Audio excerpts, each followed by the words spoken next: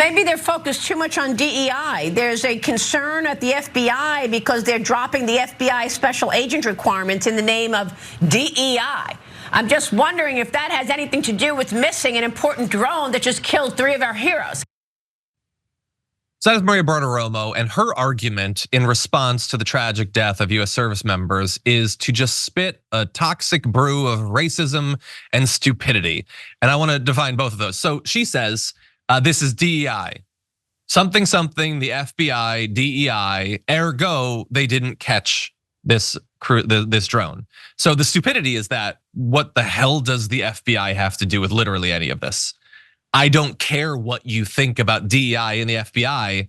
The FBI is not stationed in Jordan protecting our forces. And if you cared at all about the topic that you're talking about, if you cared at all about the deaths that you're pretending to care about for your political advantage right now, then you might have thought through that a little bit, but you don't at all.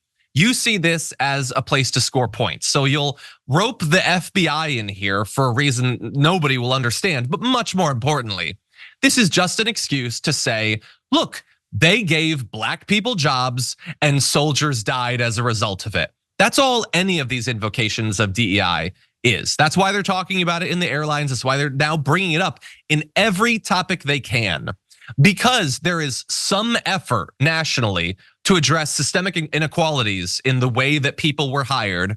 Anything bad that happens from here on out is because of DEI, which is their way. It's like sanitized. It's their way of saying black people having jobs is why bad things happen. That's exactly what it means, but they're not gonna say that out loud. They're not that emboldened yet. Stay tuned for 4 years into the next Trump administration or something. But for now, they have to code it with an acronym, but that's all that it means. Sharon, what are your thoughts about this? So what you're saying is she's factually incorrect, racist, and I would add audibly offensive. Stop shouting at me. Please stop shouting at me, okay?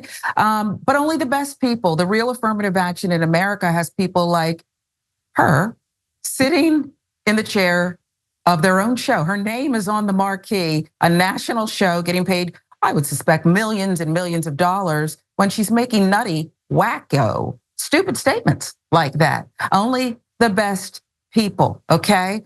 I would like to see in the cockpit when I fly DEI, because I actually watch every episode of Air Disasters, and I gotta keep it real with you, okay?